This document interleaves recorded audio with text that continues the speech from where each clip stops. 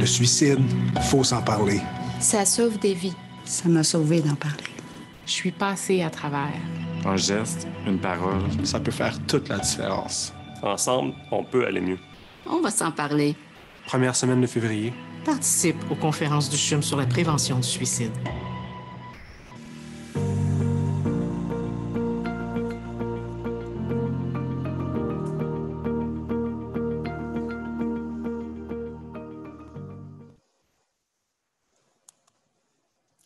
Bonjour tout le monde, je me présente, je suis Vanessa Robert, je suis la chef de service de la santé et sécurité à la direction des ressources humaines au CHUM.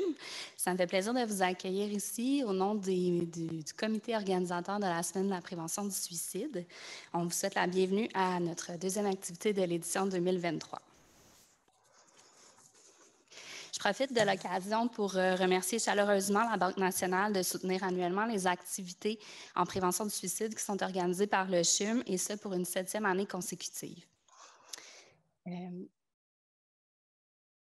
Quelques consignes avant de débuter. Il y aura une période de questions à la fin de la conférence. En virtuel, il est possible de poser vos questions tout au long de la conférence dans l'espace Q et R et commenter dans le chat. Toutes les personnes qui participent aux conférences de la semaine de la prévention du suicide sont éligibles à un tirage de prix de présence, des cartes cadeaux au Strom Spa, chez Renaud-Bré et au Cinéplex. Le tirage aura lieu au cours de la semaine du 20 février. Les employés du CHUM pourront obtenir des crédits de formation s'ils réussissent l'évaluation des apprentissages et l'évaluation de la formation.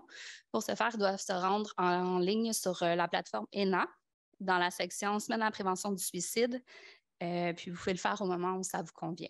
Pour les personnes qui ne sont pas du CHUM et qui veulent obtenir des crédits de formation, vous devrez suivre les instructions qui vous seront acheminées d'ici demain par courriel. Les évaluations devront être remplies au plus tard le 23 février. Place maintenant à notre conférencier du jour. J'ai le plaisir de vous présenter Gabriel Bastien, candidat au doctorat en sciences psychiatriques à l'Université de Montréal.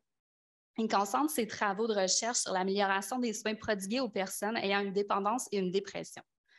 À travers différentes approches méthodologiques, il étudie l'impact de la dépression sur l'efficacité des traitements en lien avec la dépendance aux opioïdes, ainsi que les facilitateurs et préférences de traitement pour la dépression dans un contexte de consommation. Outre son rôle en tant qu'étudiant-chercheur, Gabriel est très actif au sein de la communauté scientifique. Il est notamment le représentant étudiant de l'Institute of Gender and Health au CRCHUM. Il est membre étudiant du CRIJAD, ainsi que consultant au Centre d'études sur le sexe-genre, l'allostasie et la résilience sur des projets qualitatifs visant à rendre la recherche auprès des personnes trans plus acceptable. Je cède la parole à notre invité, Gabriel Bastien.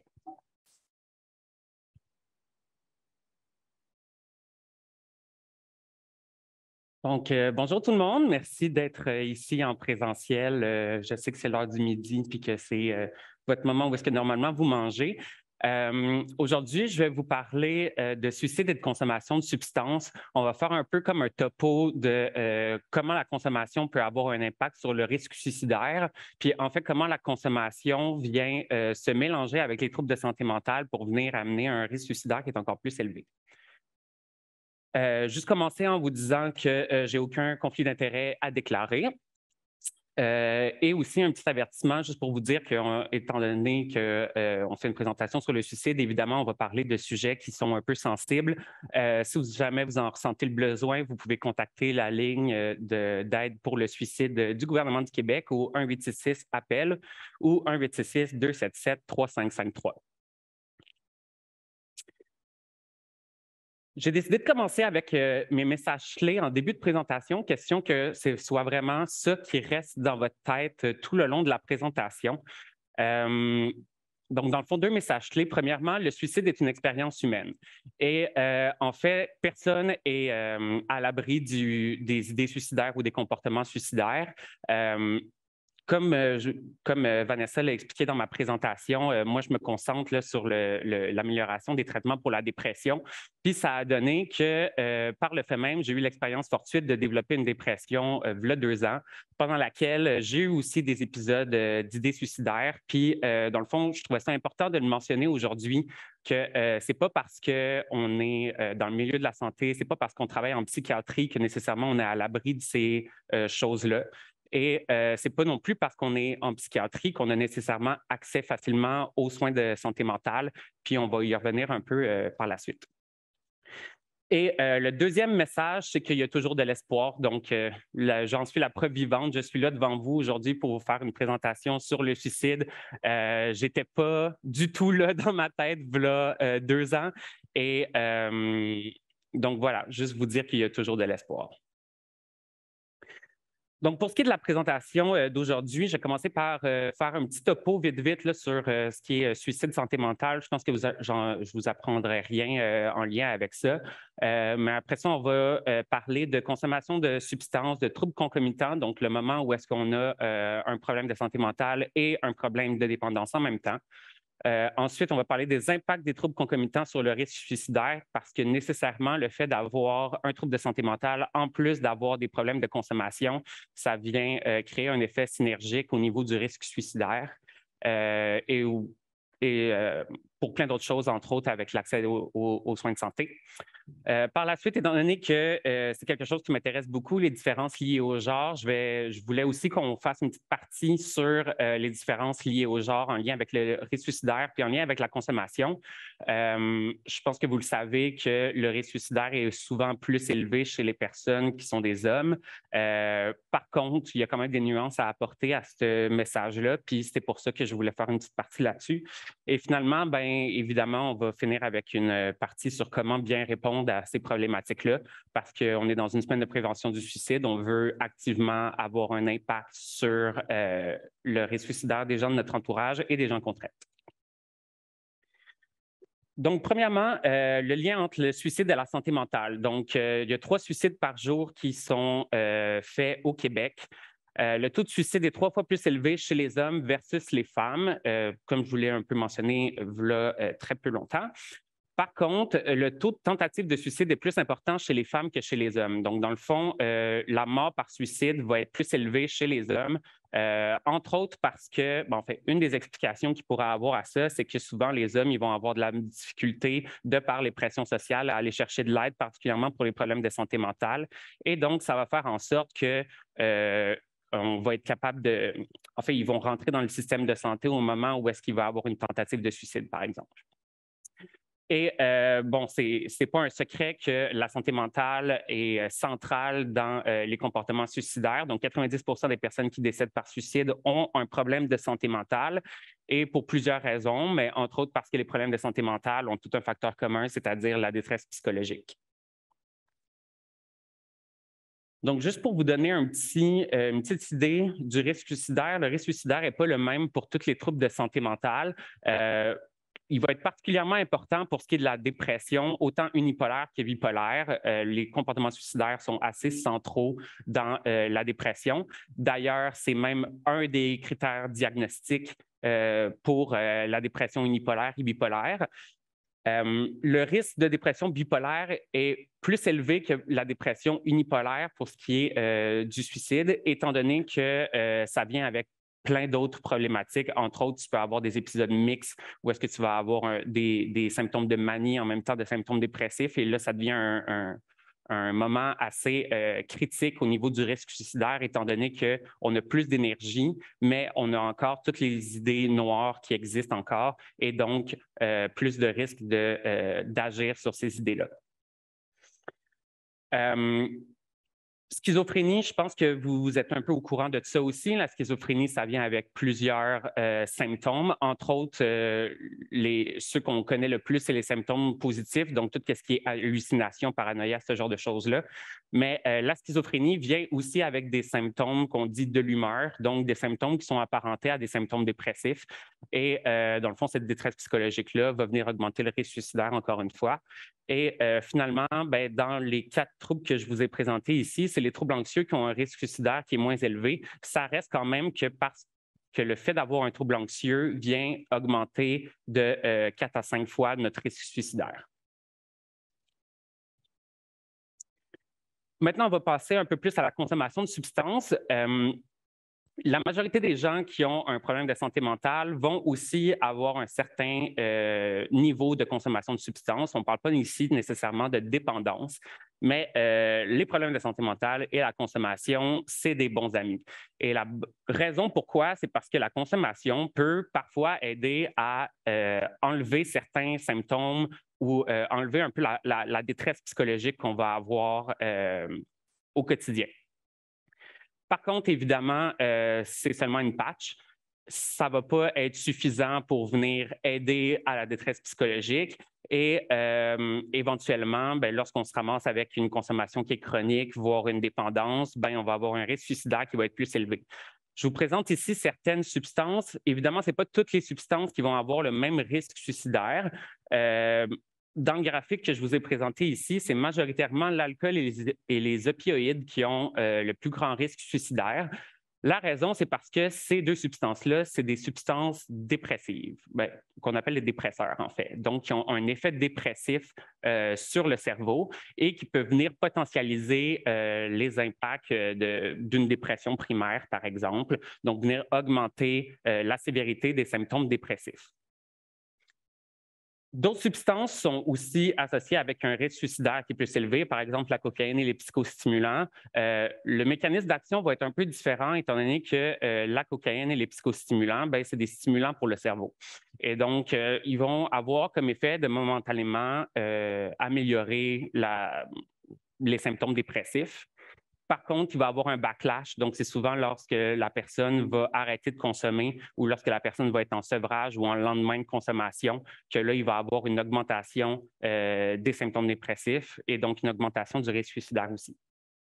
Petite mention spéciale au benzodiazépine qui est aussi attribuée, qui est aussi très semblable à l'alcool. Donc, c'est aussi une substance qui est un dépresseur. Et les benzodiazépines et l'alcool vont souvent être impliqués dans les épisodes d'actes suicidaires. Et finalement, cannabis sédatif, je vais y revenir un peu plus tard parce que c'est des substances qui méritent un peu plus d'attention.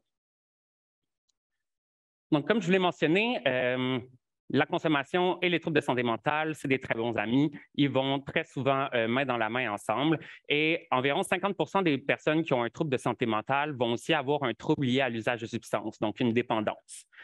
On appelle ça un trouble concomitant, communément.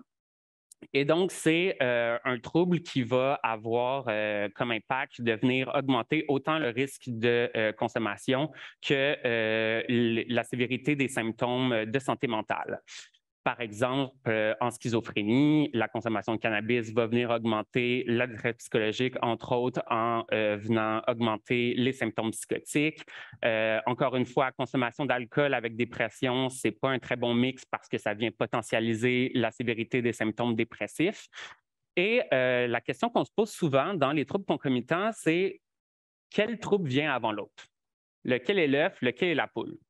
Puis en fait, la réponse, c'est que les deux sont l'œuf, les deux sont la poule. Les deux ont évolué ensemble dans la plupart des cas pour éventuellement venir augmenter le risque de consommation, le risque de problèmes de santé mentale et éventuellement, on vient empiler tout ce risque-là pour arriver avec une détresse psychologique assez élevée.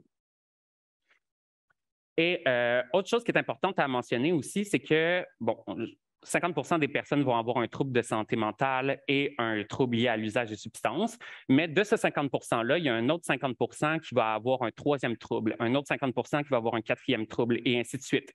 Donc, on voit que ça devient rapidement assez complexe. Puis, essayer de venir démêler toute cette balle de laine-là, c'est assez compliqué. Donc, qu'est-ce que ça a comme impact, les troubles concomitants, sur la vie d'une personne en tant que telle? Premièrement, ça peut amener des problèmes de santé physique qui sont liés avec la consommation, entre autres l'hépatite C, le VIH, la cirrhose, des problèmes pulmonaires et cardiaques, des formes de cancer. Par la suite, ça va nous amener des difficultés qui sont fonctionnelles. Donc, si vous connaissez un peu les critères là, de diagnostic du DSM, il y a toujours cette petite partie-là du critère B qui est il faut que le trouble ait un impact sur le fonctionnement. Et les impacts sur le fonctionnement vont être encore plus élevés lorsqu'il va y avoir une synergie de problèmes de santé mentale et de toxicomanie. Donc, autant des problèmes relationnels et sociaux qui sont assez importants parce que je pense que vous le savez qu'en suicide, le support social est particulièrement important et c'est un facteur protecteur qui est très fort. Par la suite, des problèmes judiciaires. des problèmes professionnels et ou scolaires. Donc, ça peut faire en sorte aussi que vous perdez éventuellement votre emploi. Ça non plus, ce n'est pas nécessairement une bonne chose pour ce qui est du risque suicidaire. Et finalement, des problèmes cognitifs qui peuvent avoir un impact sur l'efficacité des traitements psychothérapeutiques comme la TCC, la thérapie cognitivo-comportementale. Nécessairement, si vous avez des problèmes cognitifs, ça va être plus difficile de venir agir sur votre cognition. Par la suite, détresse psychologique et stigmatisation. Donc, je vous l'ai déjà un peu mentionné, ce qui est inhérent de tous les problèmes de santé mentale et tous les problèmes en psychiatrie, c'est la détresse psychologique. Et il y a un effet synergique qui va exister entre les symptômes de santé mentale et de toxicomanie. Ça va aussi faire en sorte que certaines personnes vont être réticentes à aller chercher un traitement, entre autres parce qu'ils s'auto-stigmatisent, parce que, encore aujourd'hui, malgré que ça se soit beaucoup amélioré dans les dernières années, la santé mentale et la toxicomanie, c'est des problèmes qui sont ultra stigmatisés et qui ne sont pas nécessairement vus d'un bon œil. Et donc, ça amène une certaine réticence à aller chercher l'aide qui est nécessaire, voire à venir dissimuler sa détresse et donc ne pas nécessairement en parler à son entourage. Et finalement, dernier point, la difficulté au niveau des accès aux soins de santé.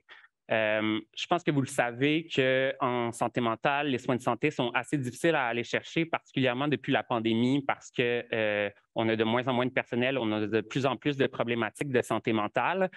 Et nécessairement, lorsqu'on a un trouble concomitant, on va avoir des impacts, entre autres des impacts qui sont financiers ou des impacts au niveau de l'organisation qui vont faire en sorte que ça va être beaucoup plus difficile d'aller chercher les soins de santé. Donc, si vous voulez avoir, par exemple, un soin psychothérapeutique dans le système de santé public, ça va prendre un an et demi environ avant de vous faire référer à votre psychologue. Si vous avez un minimum d'argent, vous pouvez aller au privé, ça va peut-être prendre 2 semaines. Donc, on s'entend que l'égalité des chances n'est pas nécessairement là. Donc, c'est un peu ça que je voulais parler avec le manque de ressources financières. Et ça va aussi plus loin parce qu'il y a certaines personnes qui ne peuvent pas nécessairement se déplacer pour se rendre à ces soins de santé-là, qui n'ont pas nécessairement de toit pour recevoir, par exemple, les lettres ou les appels du médecin ou du psychologue qui vous suivent. Par la suite, les horaires qui sont donnés ne sont pas nécessairement des horaires qui vont être appropriés pour des personnes qui ont des troubles concomitants. Et donc, en fin de compte, on se ramasse avec beaucoup de difficultés au niveau des soins, de l'accès aux soins de santé. Et ce qu'on vient rajouter avec les troubles concomitants, en plus de ça, parce que déjà que c'est assez difficile, on vient rajouter le fait que dans le système de santé, il va même avoir certains professionnels de la santé qui vont avoir des comportements stigmatisants. Et je vais vous donner un très bon exemple qui m'est arrivé pendant justement ma dépression. Quand j'ai commencé à voir ma psychologue, ça allait relativement bien, dans le sens qu'on est en train de travailler un peu sur qu'est-ce qui m'a amené à ma dépression. Et elle a focusé sur le fait que je consommais du cannabis régulièrement. Et à toutes les séances où est-ce que j'y allais, elle me disait « OK, mais là, ta consommation de cannabis, mais là, ta consommation de cannabis. » Là, comme je le disais tantôt, la consommation peut parfois avoir un effet qui va être bénéfique, c'est-à-dire de réduire la détresse psychologique. Puis moi, à ce moment-là, c'était pas ça que j'avais besoin. C'était pas le fait de se concentrer sur ma consommation qui était le plus urgent. C'était le fait de se concentrer sur ma détresse psychologique puis sur le fait que je ne voyais plus de point à la vie. Fait que rendu là, j'ai changé éventuellement de psychologue parce que je ne sentais pas que j'avais nécessairement je sentais pas qu'elle venait nécessairement répondre à mes besoins. Et donc, ça, c'est un exemple de qu'est-ce qui arrive lorsqu'on est déjà en traitement. Mais ce qui arrive aussi lorsqu'on veut avoir un traitement, c'est que certains professionnels en santé mentale vont demander à ce que votre problème de consommation soit réglé avant d'offrir un traitement pour la santé mentale.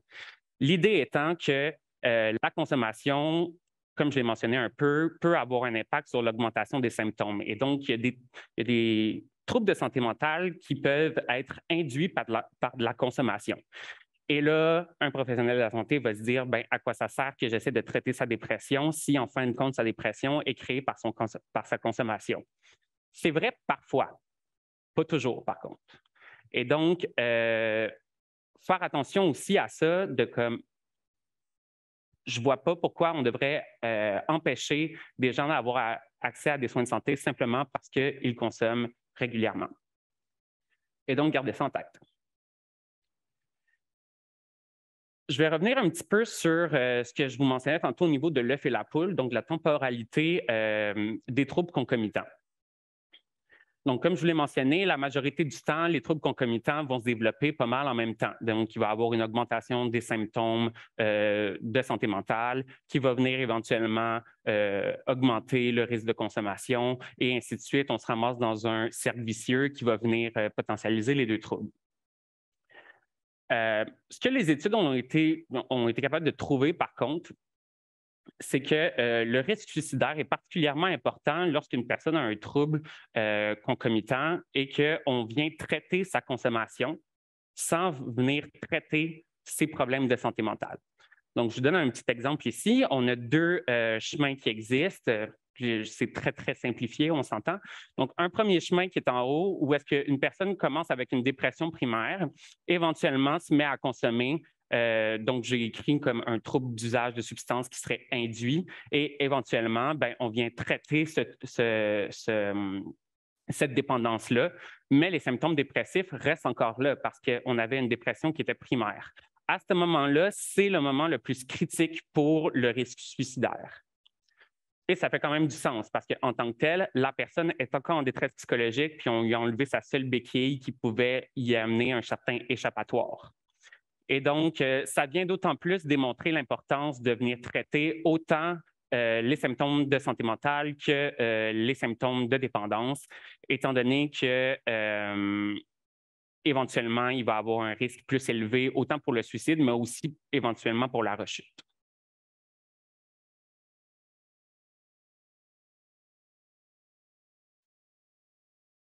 Je vous en ai déjà un peu parlé aussi. Ce n'est pas toutes les classes de drogue qui vont nécessairement avoir le même impact sur le risque suicidaire. Ce n'est pas tous les types de consommation qui vont avoir un impact sur le risque suicidaire non plus. Je vais commencer par vous parler des dépresseurs. Donc, les dépresseurs tels que les benzodiazépines, l'alcool, les opioïdes, donc vont avoir un effet justement de venir empirer les symptômes dépressifs.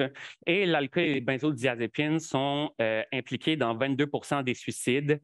20% des suicides pour ce qui est des opioïdes. Donc, c'est quand même un chiffre qui est assez élevé. Plusieurs raisons pour ça. Premièrement, parce que la consommation de ces substances-là vont venir empirer momentanément la détresse psychologique de la personne et donc peut-être éventuellement l'amener à poser des gestes suicidaires. Mais l'autre raison, c'est aussi parce que ces substances-là sont largement disponibles et qu'on le sait qu'à partir d'une certaine dose, on est capable de se tuer avec ces substances-là.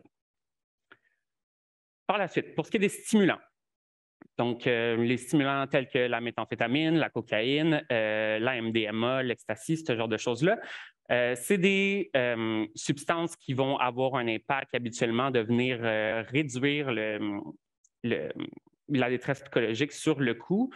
Entre autres, mettons, la MDMA va avoir un impact sur l'augmentation de la sérotonine, donc sensiblement le même impact que les antidépresseurs peuvent avoir. Par contre, c'est quelque chose qui est momentané et éventuellement, les stocks de sérotonine vont venir disparaître.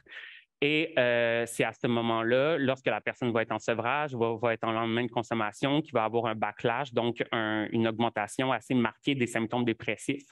Ce qui vient amener la personne aussi ce qui vient encourager la personne à consommer, à reconsommer, parce que je me sentais mieux quand je consommais. Et de plus en plus, dans le fond, le côté positif de la consommation va disparaître, puis il va seulement rester le côté négatif, c'est-à-dire l'impact sur la santé mentale. Et la dernière partie qui est sur les perturbateurs, donc le cannabis, les champignons magiques, la kétamine. Je vais passer un peu plus de temps là-dessus parce que c'est un peu plus mitigé au niveau de ces substances-là. Donc, c'est des substances qui vont avoir pas un mécanisme d'action qui est nécessairement clair, qui va avoir un impact sur le cerveau en général et qui va donc venir avec un risque suicidaire qui n'est pas nécessairement clair aussi. Pour ce qui est du cannabis, j'ai fait un scoping review il y a quelques années sur le risque suicidaire en lien avec la consommation de cannabis chez les adolescents. On n'a pas été capable de prouver comme quoi le cannabis était nécessairement lié à un risque suicidaire qui était plus élevé. Par contre, je vais mettre un petit bémol là-dessus parce que ce qu'on a vu, c'est qu'on n'a pas nécessairement d'effet indépendant de la consommation de cannabis. Par contre, est-ce que la consommation de cannabis peut avoir des effets sur la santé mentale? La réponse, c'est oui. Est-ce que votre consommation de cannabis peut éventuellement augmenter certains symptômes tels que l'anxiété et la dépression et éventuellement vous amener à un risque suicidaire? La réponse est encore oui. Pour ce qui est de la kétamine et de la psilocybine, donc ce qu'on retrouve dans les champignons magiques, je voulais quand même faire un petit point là-dessus que je trouvais quand même assez intéressant. Je ne sais pas si vous êtes un peu au courant de la littérature émergente là-dessus, mais de plus en plus, on est en train de démontrer que la kétamine et la psilocybine pourraient avoir un effet bénéfique pour des troubles de santé mentale réfractaires au traitement. Par contre, ça ne veut pas dire que en consommant chez vous, juste pour le fun, de manière récréative, que ça va avoir un impact positif sur votre santé mentale. Ce n'est pas ça du tout.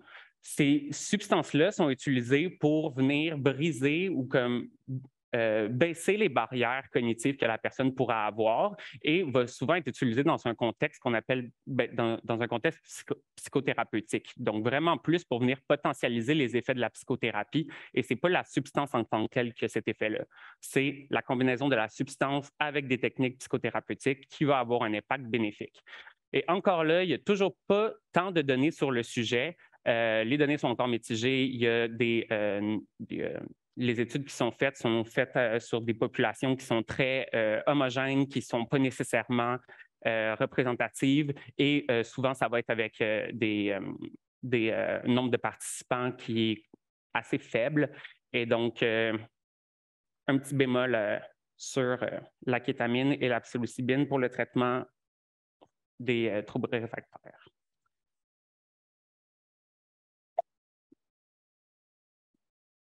Donc, par la suite, maintenant qu'on a vu un peu c'est quoi les risques spécifiques pour chaque classe de drogue, on va parler des risques communs.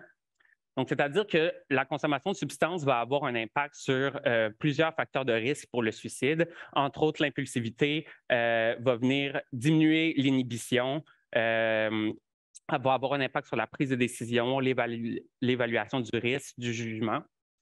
Et donc, ça va faire en sorte que les gens vont peut-être être un peu plus enclins à avoir des comportements suicidaires.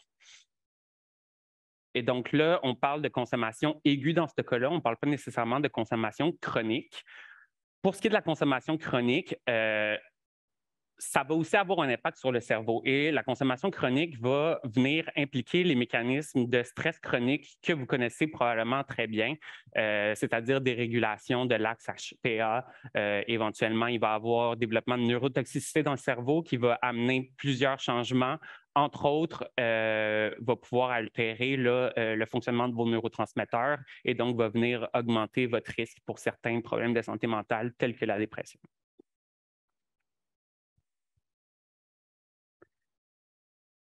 Par la suite, je voulais quand même faire un petit aparté. C'est Martin de la Semaine de la prévention du suicide qui m'a donné cette idée-là, puis je trouvais ça quand même intéressant d'en parler. C'est d'utiliser la consommation de substances comme méthode de suicide. Ce n'est pas quelque chose auquel on pense souvent, mais c'est quelque chose qui est quand même souvent fait.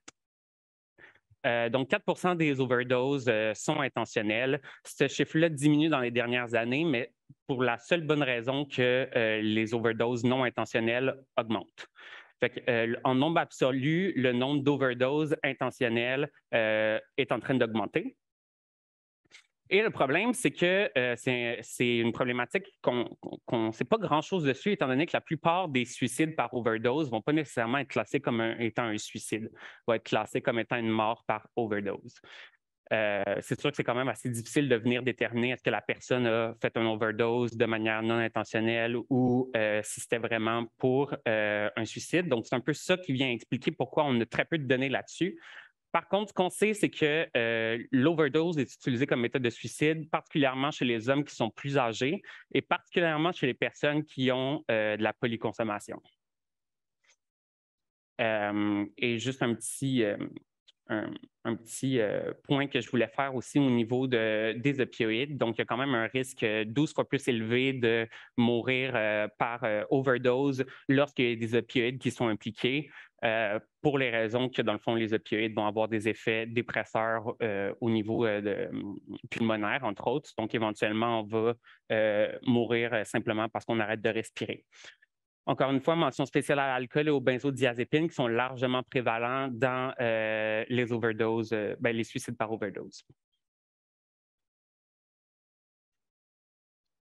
Donc, je vais terminer avec, avant de passer à la période sur quoi faire pour diminuer le risque suicidaire, comment faire pour agir dans notre entourage, je voulais faire une petite partie sur les différences liées au genre. Donc, je vous présente ici un petit tableau d'une étude qui a été faite en 2020 qui évaluait le risque suicidaire pour la consommation de de certaines substances, entre autres alcool, drogue, tabac et la combinaison de ces trois-là. En premier, on a la ligne noire totale. J'ai été très stéréotypé dans mes affaires, donc les hommes vont être en bleu et les femmes vont être en rose. Et comme vous pouvez voir, le risque suicidaire est beaucoup plus élevé chez les femmes versus les hommes pour tout ce qui est les types de consommation.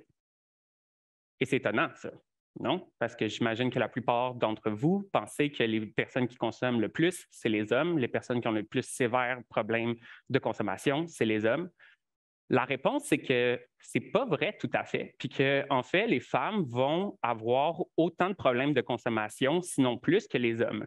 Puis en fait, les femmes vont souvent être réticentes à aller chercher des traitements en toxicomanie parce que ces traitements-là ont été largement développés par des populations masculines, puis parce que aussi, pour des populations masculines, pardon, et parce que aussi, c'est vraiment moins bien vu pour une femme de consommer versus un homme. Et donc, on a encore un impact de la stigmatisation ici qui est particulièrement important pour ce qui est des femmes. Et c'est ce qui vient expliquer aussi le risque suicidaire qui est plus élevé avec la consommation parce que les femmes vont souvent avoir une présentation clinique beaucoup plus sévère par le fait qu'ils ne vont pas nécessairement aller chercher les traitements nécessaires.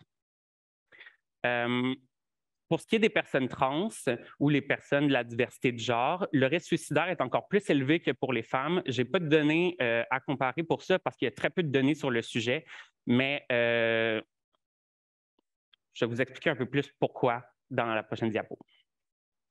Donc, pour venir un peu expliquer les différences de genre en lien avec la toxicomanie et le risque suicidaire, premièrement, les hommes vont souvent aller chercher, vont être plus enclins que les femmes ou les personnes de la diversité de genre à aller chercher des soins de toxicomanie parce que c'est un peu moins vu, c'est un peu mieux vu par la société de consommer lorsqu'on est un homme. Et parce que les traitements ont été adaptés aux réalités des hommes. Par contre, les hommes vont souvent avoir un plus grand risque de polyconsommation, vont avoir une réticence à parler de leurs émotions et donc ça va avoir un impact un peu plus sur le traitement des problèmes de santé mentale, un peu moins sur le traitement des problèmes de toxico. Pour ce qui est des femmes, on va se retrouver un peu avec l'inverse. Donc, vous le savez que les femmes ont une plus grande prévalence des troubles de l'humeur, entre autres la dépression. Est-ce que c'est biologique? Est-ce que c'est expliqué par des facteurs sociaux? Ce n'est pas très, très clair. Dans tous les cas, les femmes sont quand même plus enclines à aller chercher des traitements pour la santé mentale, vont être beaucoup plus réticentes à aller chercher des soins pour la toxicomanie, entre autres parce qu'il y a très peu d'offres de soins spécialisés, particulièrement pour les femmes en toxico. Et finalement, le dernier point pour ce qui est de la diversité de genre. Pour ce qui est de ce point-là, j'ai décidé de parler un peu de la théorie, fait que, entre autres du minority stress, mais aussi de ma propre expérience dans cette communauté-là. Étant donné qu'il y a un contexte social qui est assez particulier chez les personnes de la diversité de genre. Je vais commencer par parler du côté un peu plus théorique, donc le minority stress.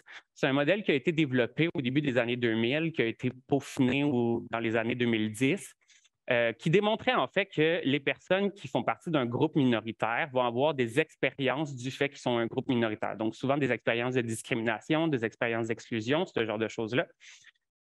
Et le fait de vivre ça à répétition, ça vient encore une fois enclencher les processus de stress chronique. Et donc, éventuellement, ces personnes-là vont avoir un plus grand risque de développer des troubles de santé mentale, particulièrement pour tout ce qui est dépression, troubles anxieux. et vont aussi avoir plus de risques de consommer, voire développer une dépendance. Mais ce qui est vraiment intéressant, puis ça, c'est un peu plus mon input personnel, c'est que cette communauté-là a aussi une culture de consommation qui est assez présente. Donc, historiquement, les safe spaces pour les personnes de la diversité de genre, c'était les bars. C'est les places qui ont été les premières à créer un endroit où est-ce que seulement les personnes queer pouvaient se ramasser. Et donc, ça fait en sorte que la culture vient éventuellement entraîner aussi la consommation de substances en général, particulièrement l'alcool, mais les substances plus larges. Et je vais vous donner un exemple parfait de comme moi, la place où est-ce que je vais pour les soirées queer comme ça, c'est dans un bar sur la rue Jean Talon. Et je vais vous dire que la majorité du temps, les personnes ne consomment pas seulement de l'alcool. Ils vont consommer beaucoup d'autres choses. La drogue est ultra présente dans ces endroits-là, est ultra bien acceptée, bien vue socialement. Et il y a aussi une pression induite par la société, par le groupe social à aller consommer.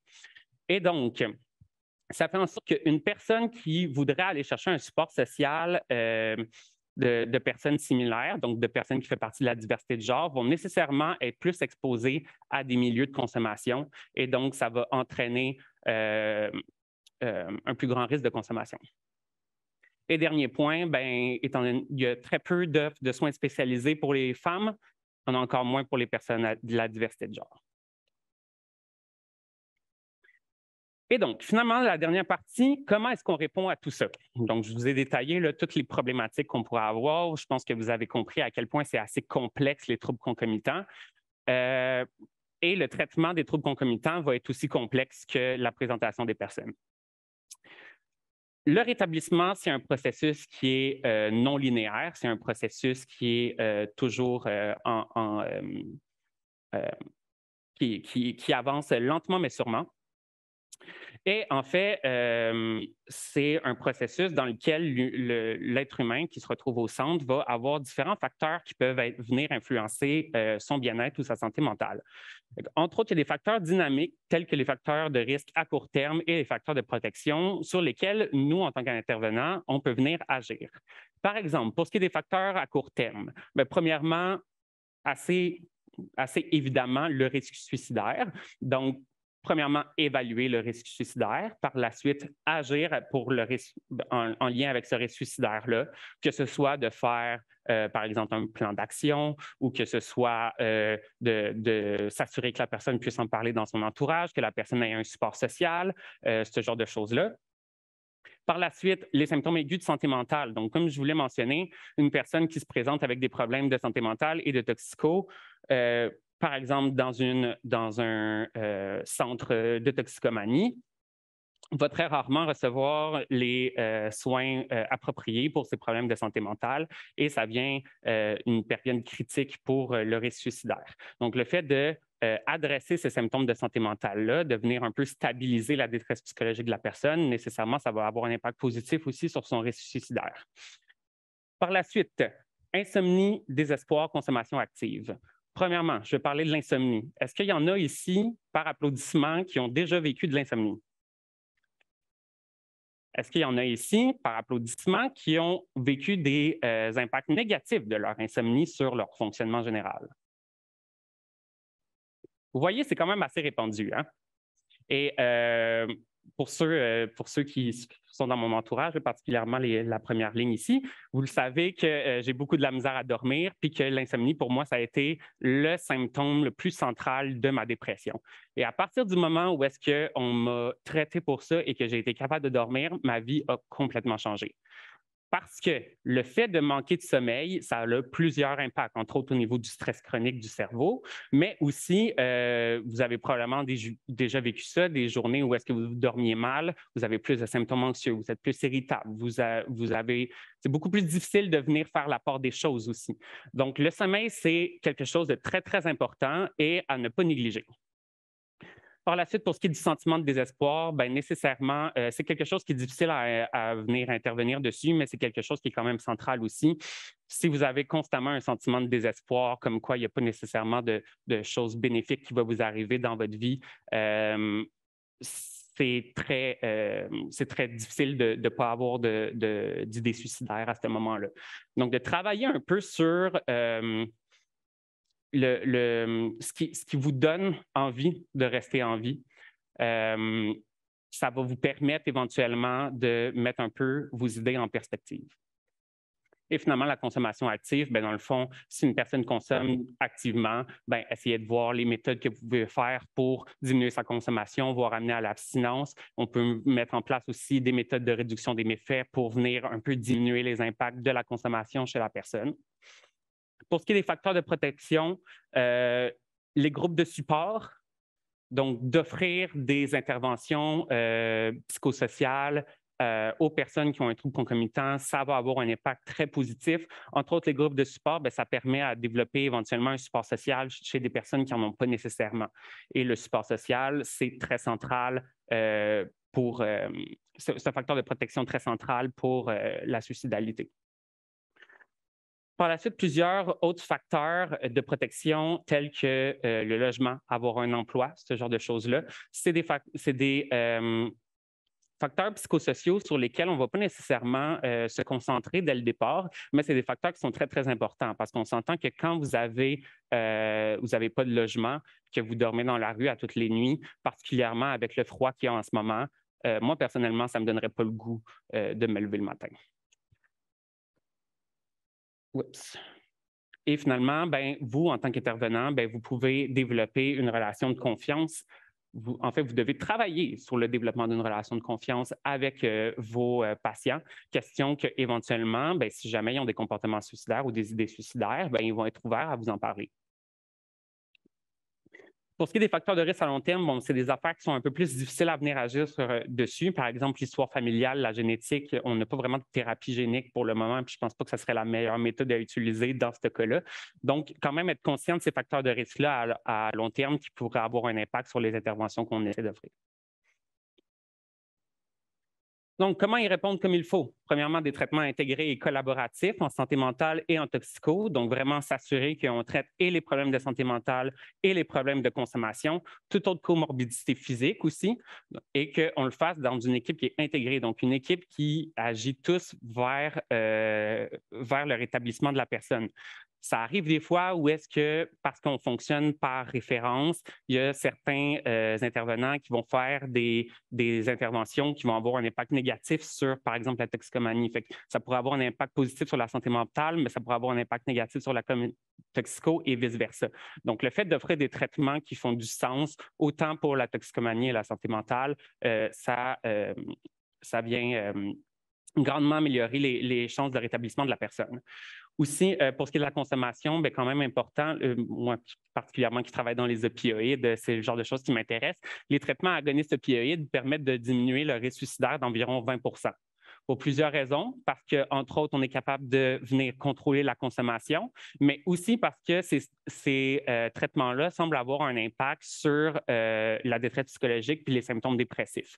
Donc, il y a quand même une certaine diminution des symptômes dépressifs. Ce n'est pas trop clair si c'est en tant que tel la molécule ou si c'est probablement plus comme de manière indirecte. Donc, en fait, le fait que la personne fonctionne mieux, elle va nécessairement aller mieux aussi.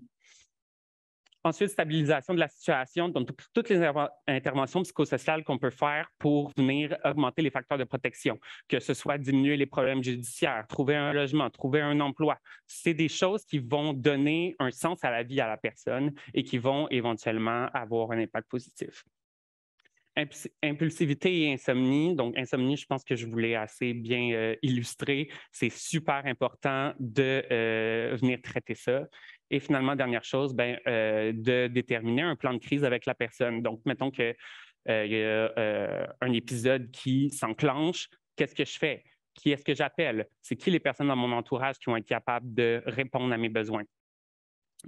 Aussi, du training pour ce qui est de l'analoxone, parce que l'analoxone, ça pourrait être utile dans justement tout ce qui est overdose par opioïde de manière intentionnelle. Et finalement, pour ce qui est de la prévention, donc là, c'est ce que je vous ai détaillé, c'est un peu plus des choses qui étaient en lien avec qu'est-ce qu'on peut faire maintenant que la personne se présente avec des idées suicidaires. Pour ce qui est de la prévention, s'assurer du support social. Et ça, cette slide-là, je vous la mets pas seulement pour les gens que vous traitez, mais aussi pour les gens de votre entourage. Parce que vous avez un travail à faire au quotidien de vous assurer que les gens de votre entourage savent qu'ils peuvent compter sur vous. Puis qu'au moment où est-ce que ça va mal, ils peuvent vous appeler. Donc, c'est un travail qu'on ne peut pas faire dans l'urgence, c'est un travail qu'on fait au quotidien et c'est un travail qui est particulièrement important. Ensuite, pour ce qui est de la déstigmatisation, donc autant dans les soins que vous offrez que, encore une fois, dans votre entourage, le fait de parler de santé mentale, de parler de suicidalité, de rendre ça normal parce que ça reste que c'est une expérience humaine et qu'on n'a pas à être mal de ressentir ce genre de choses-là. Et finalement, ça c'est un peu plus macro, une meilleure organisation du système de santé. C'est un peu plus mon côté éditorialiste de la présentation. Mais présentement, le système de santé, de la manière qu'il est organisé, il y a les soins de santé mentale d'un côté, il y a les soins de toxicomanie de l'autre côté, pour des raisons historiques. Mais on le sait maintenant que les traitements intégrés, c'est la chose à faire. Donc, de traiter les deux en même temps. Et entre autres, il y a une super belle opportunité, super beau projet qui a été fait à l'île du Prince-Édouard, où est-ce qu'eux autres ils ont décidé de juste, bon, on s'entend, ils n'ont pas la même population que nous autres, mais ils ont décidé de juste créer des centres qui s'appellent Mental Health and Addiction, PEI. Donc, des centres où est-ce que n'importe qui a des problèmes et qui ont besoin d'aide niveau psychiatrique, ils vont pouvoir se rendre là et obtenir l'aide qu'ils ont besoin, autant en toxico et ou en santé mentale. Donc, pour terminer, je vous laisse mes coordonnées ici pour ceux qui se sont inscrits à la formation pour avoir des crédits de formation. Je vous laisse aussi le code QR que vous pouvez scanner pour remplir l'évaluation des apprentissages et l'évaluation de la satisfaction. Merci.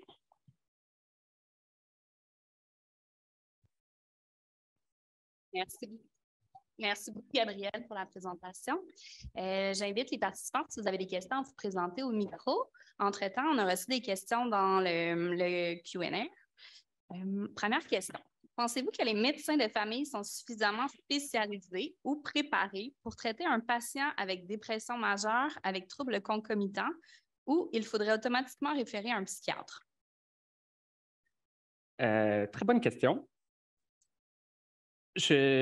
Je dois dire que je ne suis pas médecin. Hein. Je n'ai pas fait la formation de médecine, fait que je vais quand même dire que mon avis là-dessus est relativement limité. Par contre, je vais dire, moi, de mon expérience, quand je me suis présenté chez mon médecin de famille pour ma dépression, on ne m'a jamais screené pour des problèmes de consommation. Fait que déjà, à la base, ça, c'est un indice comme quoi peut-être que les gens ne sont pas assez au courant de ces problématiques-là. Puis aussi, je le sais que, par exemple, dans le programme de résidence en psychiatrie de l'Université de Montréal, ils viennent tout juste de commencer à mettre en place des formations sur les troubles concomitants puis sur les problèmes de toxicomanie, en plus des problèmes de santé mentale. Donc, éventuellement, ça s'améliore, mais définitivement, je pense que les médecins de famille n'ont pas nécessairement, je pense qu'ils ne sont pas nécessairement à l'aise de traiter ce genre de choses-là parce que ça devient assez complexe. Puis même pour un psychiatre qui a fait ça depuis des années, ça peut être parfois complexe. Donc, en réponse courte, ça pourrait peut-être être une bonne idée de le référer à un psychiatre si c'est un cas particulièrement sévère. Merci. Deuxième question. Que pensez-vous de la consommation d'alcool? Croyez-vous qu'une consommation mesurée et régulière peut tout de même avoir un effet sur la santé mentale du consommateur? Oui. Bien, en fait, ça, je trouve ça très, très intéressant, le cas de l'alcool, parce que vous avez vu dans les nouvelles, il n'y a pas longtemps, comme quoi le CCSC a changé leur guideline pour ce qui est de la consommation d'alcool. Et là, tout le monde se met à capoter en se disant que comme « Ah, ben là, c'était pas bon de consommer de l'alcool finalement. » Ben non, il n'y a aucune consommation qui est bonne particulièrement pour le corps. Par contre, je vais mettre un bémol là-dessus, dans le sens qu'il y a des consommations qui peuvent être faites avec un risque qu'on a en tête, dans le sens que si vous buvez un verre de vin un samedi soir en regardant un film, ça m'étonnerait que ça ait un impact particulièrement négatif d'une shot sur votre santé mentale. Par contre, ce que je recommande, c'est de ne pas consommer dans un but de réduire sa détresse psychologique. Parce qu'à partir du moment où est-ce qu'on consomme plus de manière thérapeutique, si je peux me dire ça comme ça, versus pour le plaisir, c'est là que les dérives peuvent arriver plus facilement. Ça complète pour les questions dans le chat. Est-ce qu'il y a des questions dans la salle?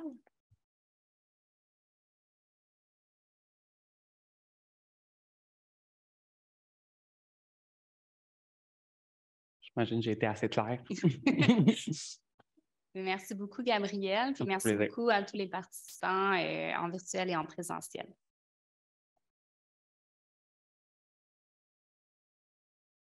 C'est ça. Si jamais vous avez d'autres questions, là, mes coordonnées sont là. Fait que si vous êtes trop gêné, vous pouvez m'écrire un email.